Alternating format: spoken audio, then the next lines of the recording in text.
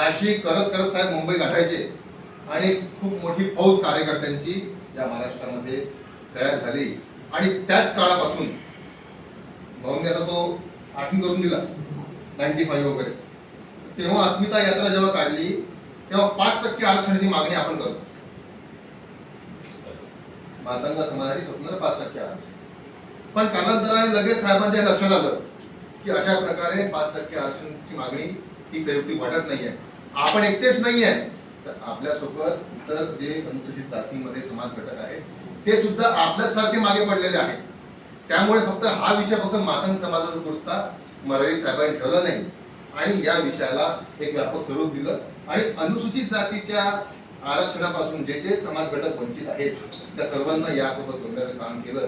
आज या विषयामध्ये आमचे मेहतर वाल्मिकी समाजाचे आमचे जितूभाऊ बागरे यांनी एक चांगलं समर्थनपर एक आपलं इथे निवेदन सादर केलं आहे आणि हे निवेदन त्यांनी माननीय मुख्यमंत्री साहेबांनी पाठवलं आहे.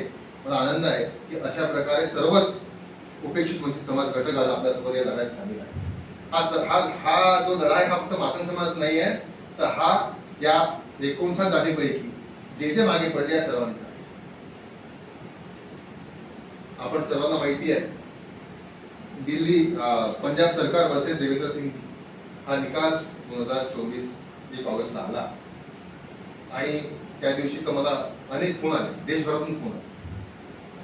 दुर्भाग्याने तेव्हा साहेब नव्हते आणि साहेब नुकतेच आपल्यातून गेले होते, पण देशभरातून फोन आले आणि त्यांनी सांगितलं की हा जो निकाल आला आज खरं साहेबांची गरज होती. आणि या विषयाला जो गाढा अभ्यास लागतो तो म्हणजे आमचे शुक्ला साहेब आहेत दिल्लीचे आणि साहेब यांनी हा विषय जो आहे हा अनेक वर्षापासून सुरू केलेला आहे. त्याच्या अनेक मीटिंग्स 2014ला असो 2016ला असो, बँगलोरला, दिल्लीला नाही आपल्या इथे महाराष्ट्रामध्ये माननीय कांबळे साहेबांनी नागपूरला ती बैठक दिली आपण कार्यक्रम आला होता. तर या विषयाला अत्यंत व्यापक स्वरूप तेव्हा देण्यात आलं होतं. आज सुदैवाने सुप्रीम कोर्टाने सुद्धा या विषयावर शिक्कामोर्तब केली आहे. ज्या दिवशीपर्यंत निकाल आला नव्हता तर त्या दिवशीपर्यंत आता जे लोक त्या विषयासाठी समोर येऊन राहिलेले आहेत ते म्हणत नव्हते की हा विषय होऊ म्हणून. हा विषय होऊ शकतो हा अंदाज नव्हता कोणाला.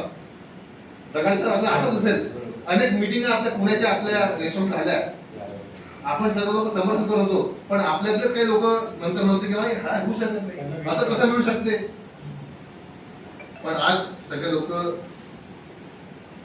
देर आहे दुरुस्त आहे का होईना आज सगळे आलेले आहेत, चांगल्या गोष्टींचं स्वागत आहे. पण दुसरी बाजू अशी आहे की या विषयाला जेव्हा बदल समितीने जेव्हा सरकारला हा विषय दिला आणि आता जेव्हा कळलं की नाही हा विषय आता एकदम लास्ट स्टेजला आलेला आहे, तेव्हा या अनुसूचित जाती आरक्षणाला लाभ घेत घेत घेत जे लोक सक्षम झाले त्या सक्षम लोकांनी याला एक वेगळ्या स्वरूप देण्याचा प्रयत्न केला. वेगवेगळे तर्क वितर्क मांडण्याचा प्रयत्न सुरू आहे. ज्या गोष्टी अस्तित्वात नाही आहेत तेही मांडणं सुरू आहे. आणि मजल तर एवढी गेली आहे की माननीय सुप्रीम कोर्टच्या 7 सदस्यीय न्यायपीठाच्या निर्णयाला चुकीचं सांगणं सुरू आहे. हे कंटेंट ऑफ कोर्ट आहे. म्हणजे माझी काही वकील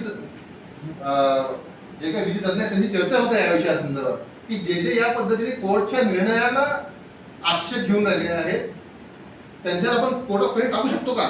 आमची ही तयारी सुरू आहे.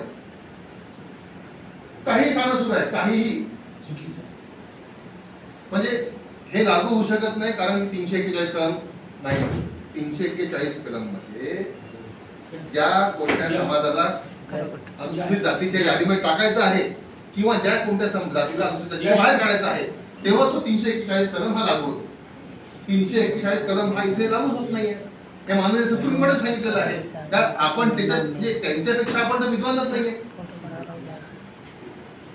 आणि त्याच्याही उपर जाऊन सुप्रीम कोर्टाचा निर्णय काल आला, माग 24ला आला, पण त्याचे आधी जाऊन या आपल्या पूर्वकवी महाराष्ट्राने अशा पद्धतीचा निर्णय 1960 पासूनच घेणं सुरुवात केली. हा सगळं साहेबांनी अभ्यास करून सांगितलेला सार आहे.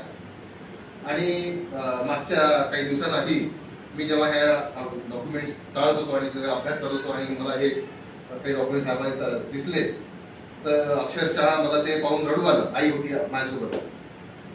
तर ते बघितल्यावर हे कोणाचकडे नाही, हे माझ्याकडे आहे. हे 2095 वगैरे वगैरे आहे सगळं. तर माझ्या डोळ्यात पाणी आलं की आपली खरी प्रॉपर्टी ही सोडून गेलीच आहे. जे आज डॉक्युमेंट्स कोणाचकडे नाही ते माझ्याकडे आहे.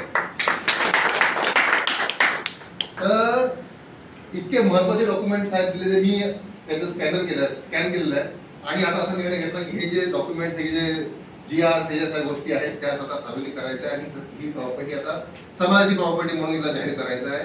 आणि प्रत्येकाने याचा अभ्यास करून जे लोक चुकीच्या मार्गाने या विषयाला सांगून राहिलेले आहेत त्यांना उत्तर कायदेशीर आणि विथ सगळं प्रूफ आपण सगळ्यांनी द्यायचे. 1960चा उल्लेख केला, हा यासाठी जरुरीचा आहे की जे लोक म्हणतात की हे इथे होऊ शकत नाही त्यांच्यासाठी हे